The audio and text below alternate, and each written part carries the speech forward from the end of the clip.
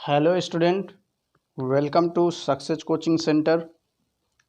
Biology classes online हम लोग पढ़ रहे हैं जेनेटिक्स। ठीक है, जैसा कि आप सभी लोग जानते हैं जेनेटिक्स में हम लोग कई लेक्चर कंप्लीट कर चुके हैं। आज हम लोग आगे बढ़ेंगे। कल हम लोगों ने क्रॉसिंग ओवर का इंट्रोडक्शन देखा था। ठीक है, कल हम लोगों ने क्रॉसिंग ओवर का इंट्रोडक्शन देखा था। आज हम लोग मैकेनिज़्म ऑफ क्रॉसिंग ओवर देखेंगे। ठीक है, आज हम लोग जीन विनिमय की क्रियाविधि देखेंगे। जीन विनिमय की क्रियाविधि, जीन विनिमय की क्रियाविधि देखेंगे। ठीक है,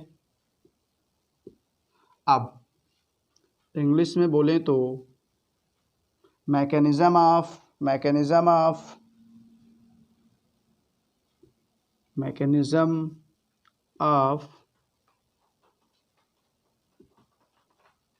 crossing over. Okay, mechanism of crossing over. आप सभी लोग जानते हैं कि जीन विनिमय क्या है। कल मैंने आपको इंट्रोडक्शन में पूरा का पूरा थ्योरी इसका बता दिया है कि फाइनली क्रॉसिंग ओवर क्या होता है। याद रखिएगा, क्रॉसिंग ओवर जो है वो एक सिंपल सी प्रोसेस है। ठीक है, एक सिंपल सी प्रोसेस है जो अर्धसूत्री विभाजन के समय होती है। ठीक है, इसके बारे में हम लोग कल पढ़ चुके हैं कि जो क्रॉसिंग ओवर है या फिर जो जीन विनिमय है वो कब, कहाँ, कैसे होता है, उसके बारे में हमने थोड़ा सा इंट्रोडक्शन लिया है। आज हम लोग क्लियर तरीके से देखेंगे कि क्रॉसिंग ओवर की क्रिया कंप्लीटली कैसे होती है। ठीक है, आज हम लोग सारी की सारी चीज़ों को एकदम स्टेप टू स्टेप एक एक करके पढ़ेंगे। ठीक है, तो सबसे पहले हमको पता होना चाहिए कि जो मियोसिस है वो दो चरणों में कंप्लीट होगा। नंबर 1 फर्स्ट मियोसिस, उसके बाद नंबर 2 सेकंड मियोसिस। ये अगर आपको पता है तभी आप लोग आगे इसको समझ पाएंगे। ठीक है, फर्स्ट मियोसिस जो है वो कितने चरणों में पूरा होता है, कल मैंने आपको बताया था। प्रोफेज फर्स्ट, फिर मैंने कहा था आपसे मेटाफेज फर्स्ट, फिर मैंने कहा था prophase, metaphase, anaphase first, prophase, metaphase, anaphase, telophase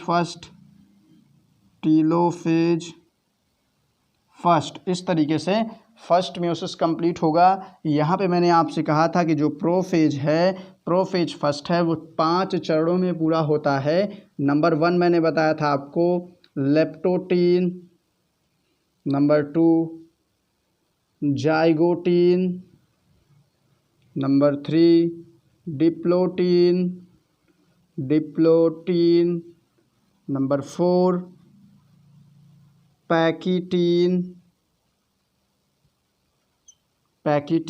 और नंबर 5 डाइकाइनेसिस। ठीक है, इस तरीके से 5 फेजेस प्रोफेज फर्स्ट में देखने के लिए मिलते हैं। ठीक है, 5 फेजेस देखने के लिए मिलते हैं। अब फाइनली जो मैकेनिज़्म ऑफ क्रॉसिंग ओवर है वो स्टार्ट कहाँ से होता है, तो देखेंगे यहाँ पे फर्स्ट मियोसिस में कहीं भी अगर मियोसिस हो रहा है तो क्रॉसिंग ओवर आपको फर्स्ट मियोसिस में देखने के लिए मिलेगा।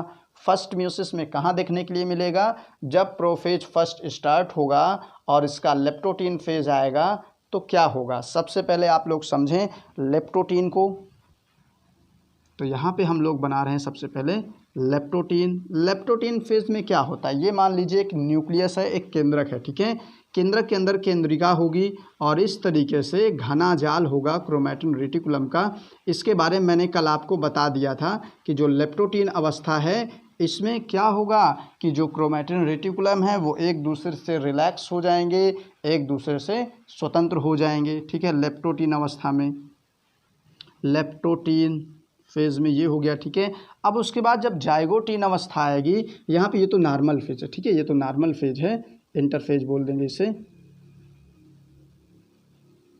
अब इसके बाद जब लेप्टोटीन आएगा तो क्या हो जाएगा कि इसके जो सूत्र हैं वो इस तरीके से रिलैक्स हो जाएंगे, एक दूसरे से छूट जाएंगे। ठीक है, ये होगा लेप्टोटीन फेज में, लेप्टोटीन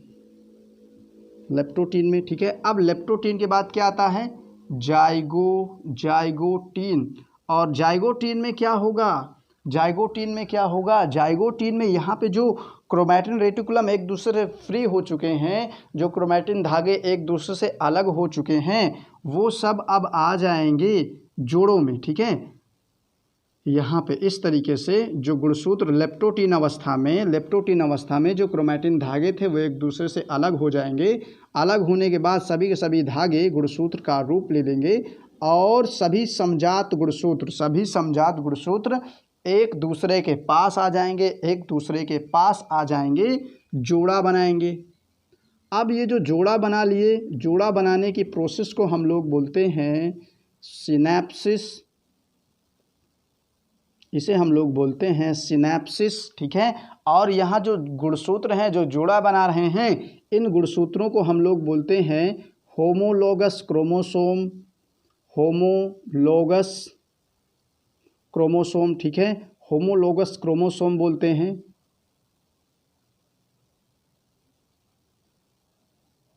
अब समजात गुणसूत्र ने हिंदी में बोलेंगे। उसके बाद ये जो जोड़ा है, देखें यहाँ पे दो भुजाएं दिखाई दे रही हैं, इसलिए इसे हम लोग बाईवैलेंट कहते हैं। इसे हम लोग बाईवैलेंट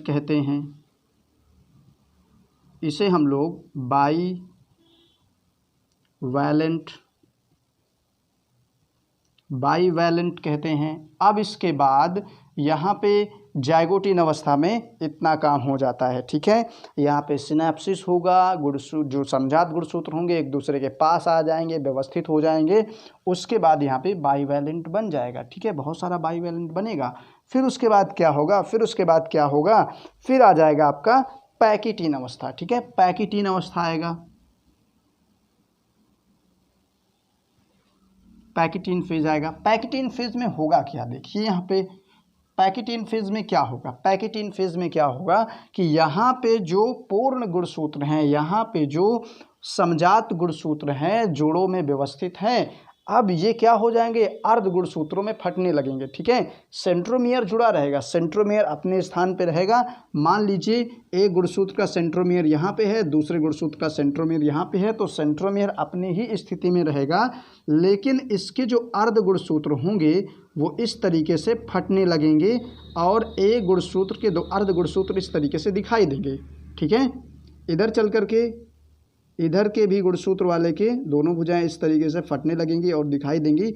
अब यहाँ पे क्या होगा कि जो बाईवैलेंट दिखाई दे रहा था, जो यहाँ पे दो भुजाएं दिखाई दे रही थी समजात गुणसूत्रों की, अब अर्ध गुणसूत्र क्योंकि फट चुके हैं तो यहाँ पे चार भुजाएं दिखाई दे रही हैं, इसलिए इसे हम लोग बोलते हैं टेट्रावैलेंट।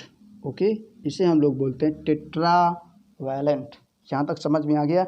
अब ये जो टेट्रावैलेंट है वो एक दूसरे का क्रॉस करेगा। ठीक है, एक दूसरे को क्रॉस करेगा, लेकिन कौन सी भुजा क्रॉस करेगी? जो अंदर की तरफ वाले गुणसूत्र होंगे। ठीक है, यहाँ पे देखिए समजात गुणसूत्र का जोड़ा दिखाई दे रहा है आपको। इसके अंदर वाले अर्ध गुणसूत्र ये हैं और इसके अंदर वाले अर्ध गुणसूत्र ये हैं। ठीक है, अब दोनों समजात गुणसूत्र के अंदर वाले अर्ध गुणसूत्र, मैं क्या कह रहा हूँ फिर से सुन लीजिए।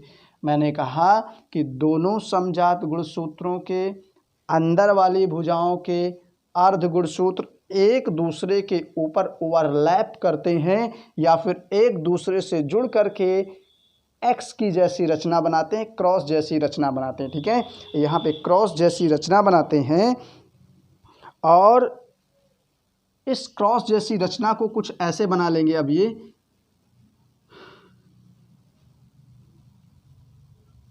ठीक है, इस तरीके से क्रॉस जैसी रचना बना रहे हैं। अब ये जो क्रॉस जैसी रचना बना रहे हैं, इस क्रॉस जैसी रचना को हम लोग बोलते हैं चाइज़मेटा। ठीक है, इसे हम लोग बोलते हैं चाइज़मेटा। क्या बोलते हैं भाई इसे हम लोग बोलते हैं चाइज़मेटा।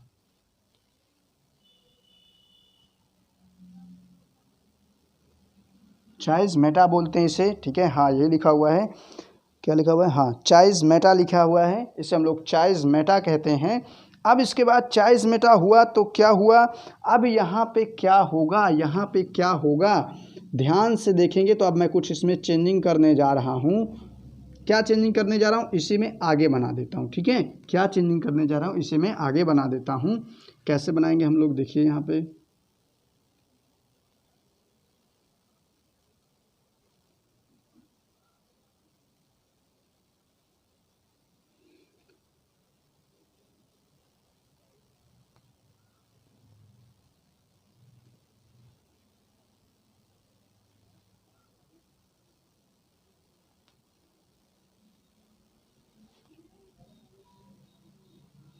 क्या दिखाई दे रहा है आपको, यहाँ पे दिखाई दे रहा है, क्या समझ में आ रहा है आपको। यहाँ पे हमने कहा चाइज़मेटा बन रहा है, दोनों अर्धगुणसूत्र एक दूसरे को क्रॉस कर रहे हैं। क्रॉस करने के बाद मैंने अगला डायग्राम ये यहाँ पे बना दिया है, और इसमें क्या दिखाई दे रहा है, देखिए यहाँ पे ये खाली है, ये अर्धभुजा को मैंने खाली कर रखा है और इस अर्धभुजा को मैंने भर रखा है, ठीक है।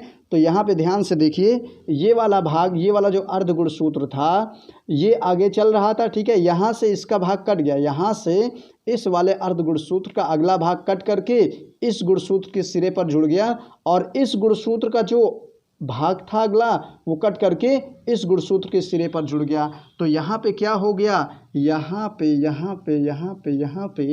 गुणसूत्रों की अदला बदली हुई, अर्थात गुणसूत्र टूटे और पुनः जुड़ गए, ठीक है। यहाँ पे गुणसूत्र टूटे और पुनः जुड़ गए, ठीक है, और पुनः जुड़ गए। तो इस तरीके से क्या हुआ, यहाँ पर गुणसूत्रों की अदला बदली हो गई, यहाँ पे गुणसूत्रों की अदला बदली हो गई, और गुणसूत्रों की अदला बदली हुई मतलब गुणसूत्र पर जीन है तो जीन की अदला बदली हो गई, ठीक है, जीन की अदला बदली हो गई। तो इसी को हम लोग बोलते हैं क्या, क्रॉसिंग ओवर। इसी को हम लोग बोलते हैं, क्या बोलते हैं भाई, क्रॉसिंग ओवर। इंग्लिश में, हिंदी में बोलते हैं जीन विनिमय, ठीक है।